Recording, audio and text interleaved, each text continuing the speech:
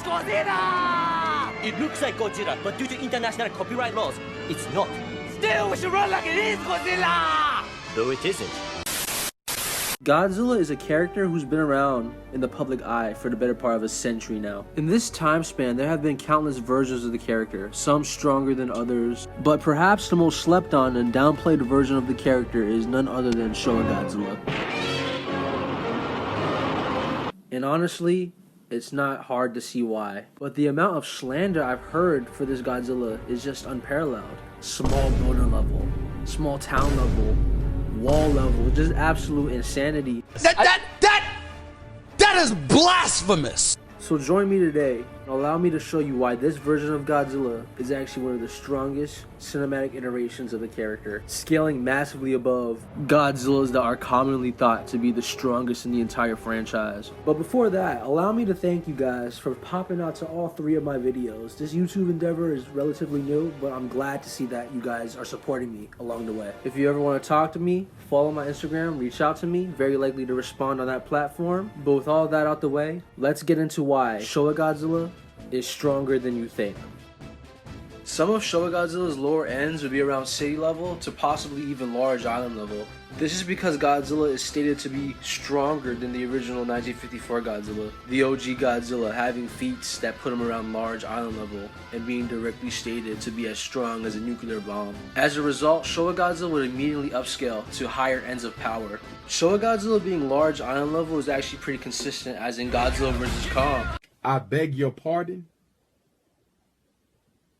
I beg your pardon. What I meant to say was King Kong versus Godzilla. The two titular kaiju caused a battle so furious that it shook the Japanese archipelago. In order to shake the Japanese archipelago, you would need to release around country levels amount of energy, even possibly large country levels of energy. It's also interesting to note that in the same movie, they note that Godzilla and Kong's battle would cause worldwide destruction. This is a pretty broad statement, true, but if we take it upon face value, this would translate to multi-continental to even planetary ends of power. Using this, it's pretty radish, but as we'll see with some of the later movies, planetary and multi-continental is just scratching the surface of Showa Godzilla scaling. Moving on to Mothra vs. Godzilla, where nothing of note happens at all.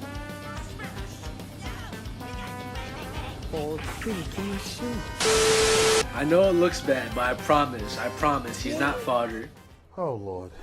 Well, the next movie, Ghidorah the Three-Headed Monster, introduced to us one of Godzilla's most powerful enemies, King Ghidorah. Ghidorah in his first film is confirmed by the Venetian princess to have destroyed Venus, but to what extent is kind of dubious. Some statements would imply it's to a planetary level, while the film kind of implies that it happened to a surface level. I'm inclined to believe that it happened on the surface level. This would put King Ghidorah in the multi-continental ends of power. But you can get Ghidorah to planetary pretty easily, as there's a lot of statements that say King Ghidorah is a planet destroyer, and that he, quote, destroys planets for fun. Godzilla should scale to Ghidorah in this first movie as they fight on par with each other and can injure each other, so Godzilla would scale anywhere from multi-continental to planetary, making the previous statement of Godzilla and Kong causing worldwide destruction consistent. Planetary scaling for the Showa era is actually really consistent. I could show even more consistency, but then I'd be crossing into cross-verse and other scaling of other verses, and I want to save them for other videos. But just know Planetary is very safe for the Showa era. But since I said it's safe, that would imply there are higher ends of power. And if you assume that, you'd be correct. After Planetary, the next logical end would be around large star level. For starters, Ghidorah is referenced to have more destructive power than any supernova. Supernovas range anywhere from star level to even solar system levels of power. I'll get into the solar system stuff later, but let's start at large star level for King Ghidorah. Large star level Showa era is pretty consistent, as Ghidorah is referred to as invincible in space. And in the Showa era, there's weapons that can just flat out planet bust, with the calcs for said planet destructive feats being around large star level at the peak. Remember how I talked about solar system level? Well, one of Godzilla's most prominent foes, Mechagodzilla, is durable enough to survive being inside of a black hole. Godzilla should scale to Mechagodzilla, as in their initial beam struggle, Godzilla and Mechagodzilla were presented as equals. Black holes are greater than neutron stars, which are around solar system level, so Showa Godzilla, by scaling the Mechagodzilla, would be around solar system level. Either way you look at it, this black hole would scale to Ghidorah, as Ghidorah is referred to as invincible in space, and the black hole is in space. And before anyone says it, yes, I am aware that Ghidorah is superior than Showa Godzilla, as there's an abundant amount of statements that would imply Godzilla is even scared of Ghidorah, and the fact that Godzilla's never beaten Ghidorah in a one-on-one fight. So yeah, I know that. But at the same time, Godzilla is not so much weaker than Ghidorah that he can't damage him, as weaker kaiju than Godzilla have been able to draw blood from Ghidorah or break Ghidorah's back. Godzilla himself causes Ghidorah visible pain while stomping on his neck during the climax of Destroy All Monsters. Flashback.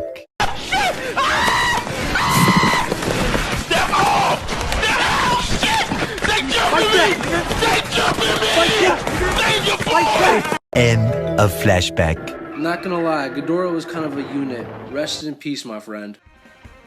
So off the bat, you can already see that Showa Godzilla is not the jobber that people have thought him to be, scaling anywhere from island level to even solar system level. But what if I was to tell you that that's not the peak of power that you can reach in the Showa era? In order to analyze the peak of power that we can confidently scale and label, we'd have to analyze a spin-off show that takes place in the Showa era, being Zone Fighter.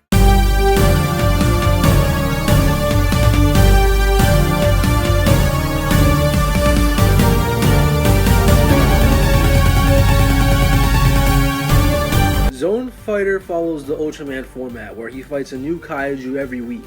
But the difference is that it's canon to the Godzilla series, so sometimes Godzilla monsters or Godzilla himself will show up in the show. Zone Fighter has some pretty interesting feats, but his most prominent feat is him fighting a fourth dimensional being. If you remember my Transformers video, then you know that being fourth dimensional would equate to universal plus power. Zone Fighter is able to fight on par with this fourth dimensional being, interact with him, injure him, and beat him. So Zone Fighter scales to universal plus levels of power. This is interesting to note because Zone Fighter is kind of a jobber in comparison to Godzilla himself, as Godzilla can 2v1 kaiju that were dogging Zone Fighter, and Godzilla even trains with Zone Fighter and they fight on par with each other. They even participate in a spar in the show, so at the very least they would be relative. But I think I've showed enough evidence to imply that Godzilla is stronger than Zone by a significant extent. So as I've proven, Showa Godzilla is actually a very powerful character in fiction. But then why does he get downplayed so much? With us today to answer that exact question is Nick S., creator of such masterpieces as Kratos Laughs at a Poop Joke.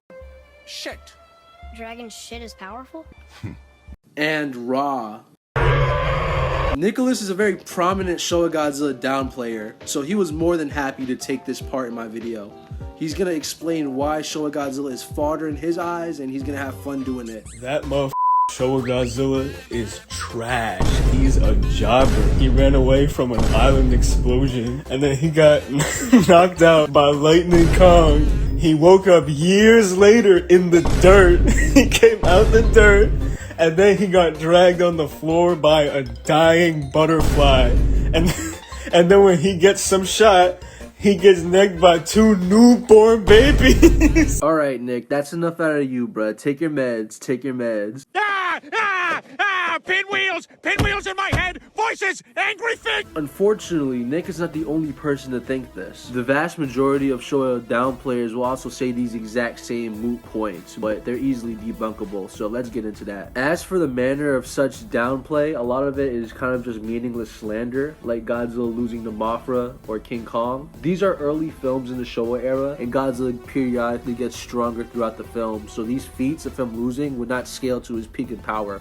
It's really the equivalent of saying Goku is weak because he lost to Raditz. The only relevant piece of downplay would be that island level feat. Obviously, the in-universe way to detract this piece of downplay is just to say that it would not scale to Godzilla's peak in power. But the actual IRL explanation is that Godzilla vs. the Sea Monster was written to have King Kong instead of Godzilla. So they put Godzilla in the film and they gave him King Kong-like traits, including being a jobber. So Godzilla is literally written out of character in this entire film, so it would just be an outlier, as we've mentioned feats that would be far above island level. Before I touch on Showa Godzilla's speed metas, I'd like to talk about his general battle IQ and skill. For starters, Godzilla is said to get more powerful and stronger with each passing day. This is consistent because Godzilla actually trains, which is shown on screen and is confirmed in a guidebook. Godzilla is proficient in multiple types of fighting, including martial arts and wrestling. It's also confirmed that Godzilla's battle IQ got smarter as the series went on, to reflect the harder foes he was fighting. One skill meta is that Godzilla was able to fight and beat Ebra rather easily. Ebra, according to the guidebooks, is more skilled than some of the greatest swordsmen of Japan, and he outskills them to the point where he would make them look like fools. And Godzilla ripped his claw off casually. One example of Godzilla getting stronger over the movies is with two particular kaiju, being Gigan and Mechagodzilla. When Godzilla first fought Gigan, it was a very tough battle for him, Gigan being able to draw blood from Godzilla. But in Zone Fighter and in Godzilla vs. Megalon, Godzilla is able to dispatch of Gigan really easily. And in Godzilla vs. Megalon, he's able to even 2v1, easily dispatching of Gigan, even though the latter had Megalon's help. Another example of this is with Mechagodzilla. Mechagodzilla is outright stated to be stronger than Godzilla, and Godzilla needed an amp and assistance from King Caesar in order to put the bionic monster down. But in the next movie, when fighting a stronger Mechagodzilla, Godzilla by himself absolutely clowns on Mechagodzilla. Weapons that made him bleed in the previous movie, he's casually no-selling and not even getting injured at all. So Godzilla gets exponentially times stronger as the series goes by. There are calcs getting him from anywhere from 10 times stronger to 5,000 times stronger as the series goes along. Either way, it's still Universal Plus, so it's not really that important in my opinion.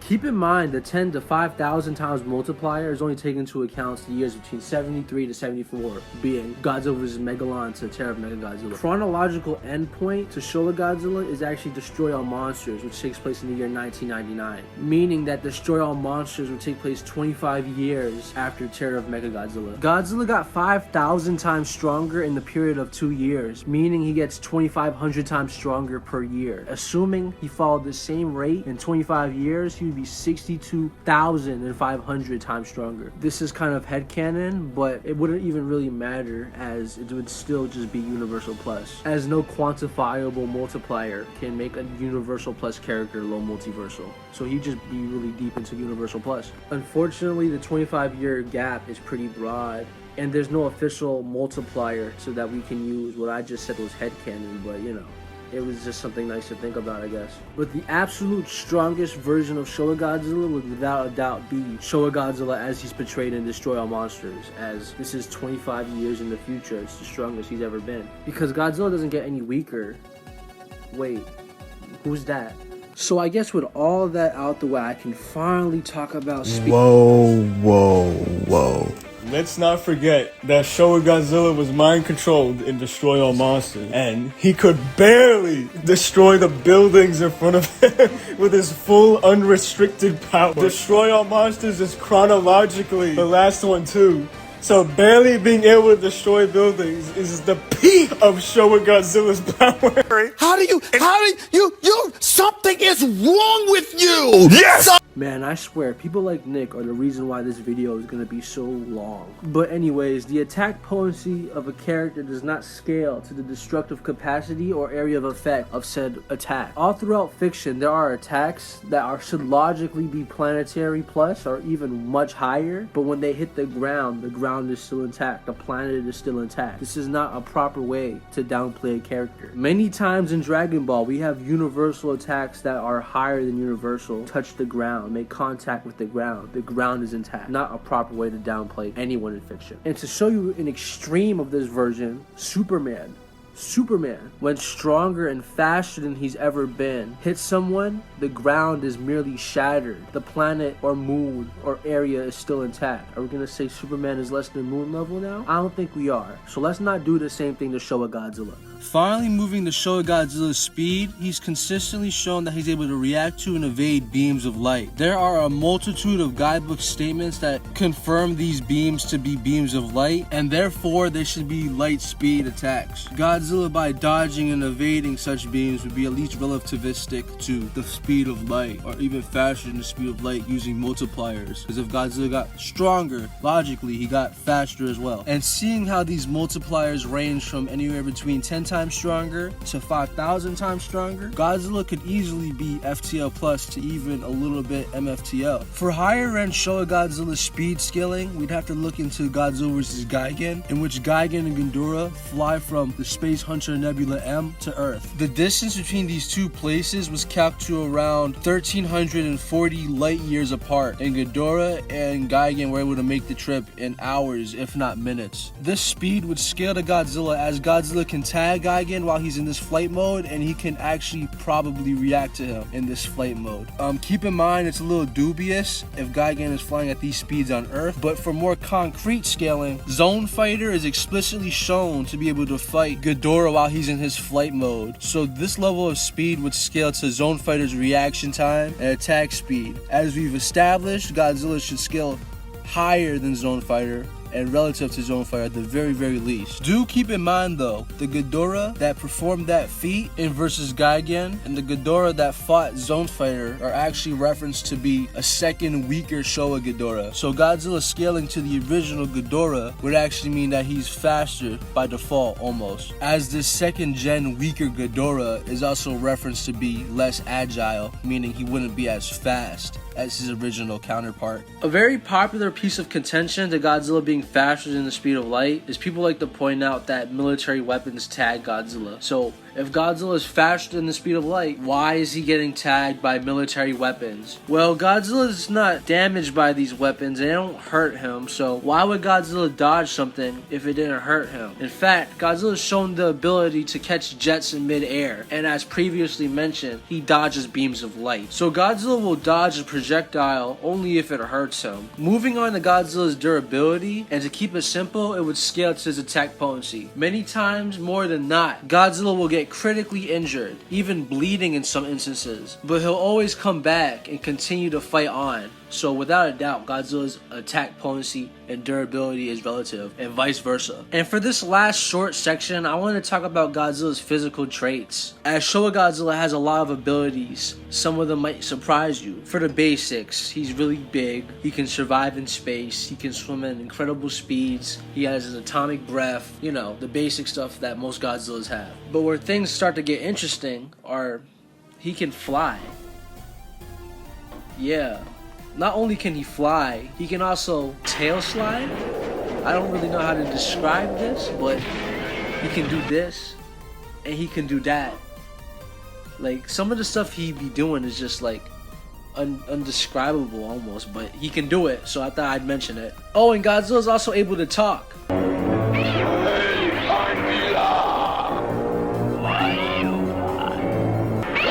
funny going on. You better check.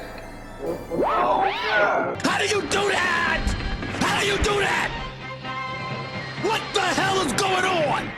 Alright, let's do this one last time. At a low end, Godzilla would be around country level to planetary. At a mid end, he'd be around large star level to solar system level. And at a high end, he'd be universal plus. I personally believe in universal plus, but I wouldn't get mad at you if you argued solar system. Plus, if you use the multipliers on top of solar system, he'd be around galaxy level. But you know, there's a lot of ends. And for speed, he'd be around relativistic to massively faster than light plus. I kind of believe in massively faster than light, but I wouldn't get mad at you if you argue light speed or faster than light. I think relativistic is a little too low, but yep. Those are the ends. I hope I was able to enlighten y'all on Showa Godzilla. I hope that you walk away from this video learning that he's not as weak as y'all thought he was. So yeah, respect the king of the monsters.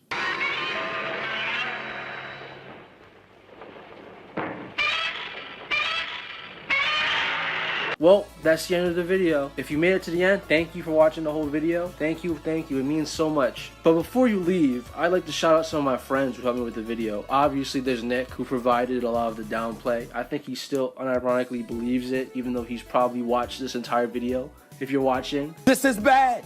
This is very bad. I'd also want to thank King of the Monsters for providing me with some of the scans I used in this video. I'm not going to scale Heisei Godzilla anytime soon, but if you want to see a Heisei Godzilla scale, you should check his channel out. Link should be in the description as well. And most importantly, I want to thank High Flyers, who enlightened me to Showa era scaling. Showa Godzilla's always been one of my favorite Godzillas, but I thought he was farther like everyone else. He was the first one to enlighten me and teach me that he wasn't as farther as everyone thought he was. Back then, we thought Showa Godzilla capped at dwarf star level, and now we have universal metas, so we've come a long way. Also, if you want to see a Monster vs. Godzilla scale, you should check his channel out. Link in the description for that as well. And if you like the video, like, share, subscribe. It helps a lot with the channel. Any feedback is good, so drop a comment. And until next time, stay Big G fans.